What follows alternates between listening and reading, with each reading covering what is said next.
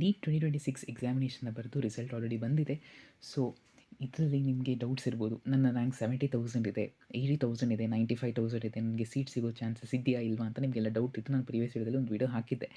Cut off rank ಒಂದು ಬೇರ್ minimum cut off ಅಂತಂದರೆ ಅದು 80,000 70,000 ಅಂತ ಹೇಳಿದ್ದೀನಿ. ಓಕೆ, ಪ್ಯೂರ್ ಗೌರ್ಮೆಂಟ್ ಸೀಟ್ ಬೇಕಂದರೆ ನಿಮಗೆ 65,000 ಆಲ್ ಇಂಡಿಯಾ ರ್ಯಾಂಕ್ ಇರಬೇಕು. ಸೆಮಿ ಗೌರ್ಮೆಂಟ್ ಸಿಕ್ ನಿಮ್ಗೆ ಏನಾದರೂ ಜನರಲ್ ಮೆರಿಟ್ ಇಲ್ಲ ಅಂತ ಅಂದರೆ ನಿಮಗೆ 80,000 85,000ವರೆಗೂ ಸಹ ಚಾನ್ಸಸ್ ಇದೆ ಸಿಗೋದು. 95,000ವರೆಗೂ ಅದೊಂದು ಡೆಡ್ಲೈನ್. ಓಕೆನಾ, ಅದಕ್ಕಿಂತ ಜಾಸ್ತಿ ಹೋದರೆ ತುಂಬ ಕಷ್ಟ ಸಿಗೋದು. ಓಕೆನಾ, ಸೊ ಹೇಳಿದ್ದೆ. ಬಟ್ ಇನ್ನೊಂದು ಗುಡ್ ನ್ಯೂಸು ಇದೆ ನಿಮಗೆ. ಓಕೆನಾ, ಬಿಕಾಸ್ ಈ ವರ್ಷ ಕರ್ನಾಟಕದಲ್ಲಿ 1300 ಸೀಟ್ ಜಾಸ್ತಿ ಆಗಿದೆ.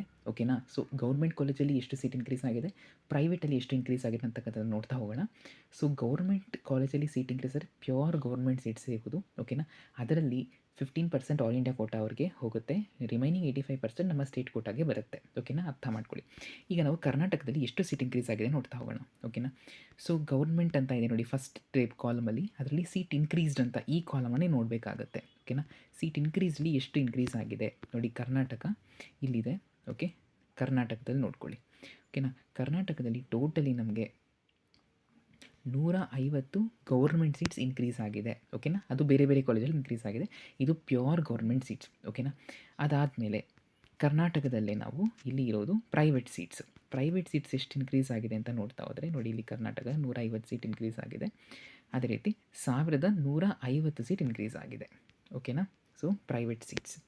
ಓಕೆನಾ, ಸೊ ಒಟ್ಟಾರೆಯಾಗಿ ಟೋಟಲಿ ಎಷ್ಟು ಸೀಟ್ ಇನ್ಕ್ರೀಸ್ ಆಗಿದೆ ಅಂತ ನೋಡೋದಾದರೆ 1300 ಸೀಟ್ಗಳು ಇನ್ಕ್ರೀಸ್ ಆಗಿದೆ. ಓಕೆನಾ, ಸೊ ಇದರಲ್ಲಿ 1150 ಸೀಟ್ ಏನಿದೆಯಲ್ಲ ಅದರಲ್ಲಿ ನಿಮಗೆ ಗೌರ್ಮೆಂಟ್ ಕೋಟಾ ಸೀಟ್ಸು ಇರುತ್ತೆ. ಅದನ್ನೇ ನಾವು 1,00,000 1,50,000 ಸೀಟ್ ಅಂತ ಹೇಳಿ ಕರೆಯೋದು.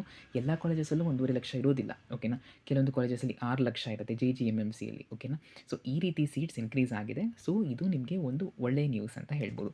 ಅದಕ್ಕೆ ಅಂತ ಹೇಳಿ ನನಗೆ 1,00,000 ಸೀಟ್ ಇದ್ದರೆ ಇದು ಸಿಕ್ಬಿಡುತ್ತೆ ಅಂತ ಕೇಳಿದರೆ ಖಂಡಿತ ಇಲ್ಲ.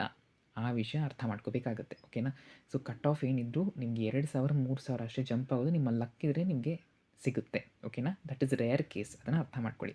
ಬಟ್ ಲಾಸ್ಟ್ ಇಯರ್ಗಿಂತ ಸ್ವಲ್ಪ ಬೆಟರ್ ಅನಿಸ್ಬೋದು, ಬಿಕಾಸ್ ಸೀಟ್ಸ್ ಇನ್ಕ್ರೀಸ್ ಜಾಸ್ತಿ ಆಗಿದೆ. ಓಕೆನಾ, ಸೊ ಟೋಟಲಿ ಇಷ್ಟು ಆದಮೇಲೆ ಕರ್ನಾಟಕದಲ್ಲಿ ಒಟ್ಟು ನಮಗೆ ಇರ್ತಕ್ಕಂತಹ ಸೀಟ್ ಎಷ್ಟು ಅಂತಂದರೆ 15,395 ಸೀಟ್ಗಳು ಇದೆ.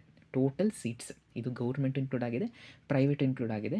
ಇದರಲ್ಲಿ ಬರೀ ಸ್ಟೇಟ್ ಕೋಟಾ ಅವ್ರು ಮಾತ್ರ ತೊಗೊಳ್ಳಲ್ಲ. 15,000 ಸೀಟ್ಗಳನ್ನು ನಾವು ಕರ್ನಾಟಕದ ಸ್ಟೂಡೆಂಟ್ಸ್ ಮಾತ್ರ ತೊಗೊಳ್ಳೋದಿಲ್ಲ. ಅದನ್ನು ಅರ್ಥ ಮಾಡ್ಕೊಳ್ಳಿ. ಅದನ್ನು ಆಲ್ ಇಂಡಿಯಾ ಕೋಟಾಗೆ ಬಿಟ್ಬಿಡ್ತಾರೆ ಕೌನ್ಸಿಲಿಂಗಲ್ಲಿ. ಅಲ್ಲಿ ಪ್ರತಿ ಭಾರತದ ಎಲ್ಲ ರಾಜ್ಯಗಳಿಂದನೂ ಪಾರ್ಟಿಸಿಪೇಟ್ ಮಾಡ್ತಾರೆ. 15%, ರಿಮೈನಿಂಗ್ 85%ಅಲ್ಲಿ ನಮಗೆ ಕರ್ನಾಟಕದ ರಾಜ್ಯದ ವಿದ್ಯಾರ್ಥಿಗಳಿಗೆ ಕೊಡ್ತಾರೆ. ಓಕೆನಾ, ಈ ವಿಷಯ ಅರ್ಥ ಮಾಡ್ಕೊಳ್ಳಿ.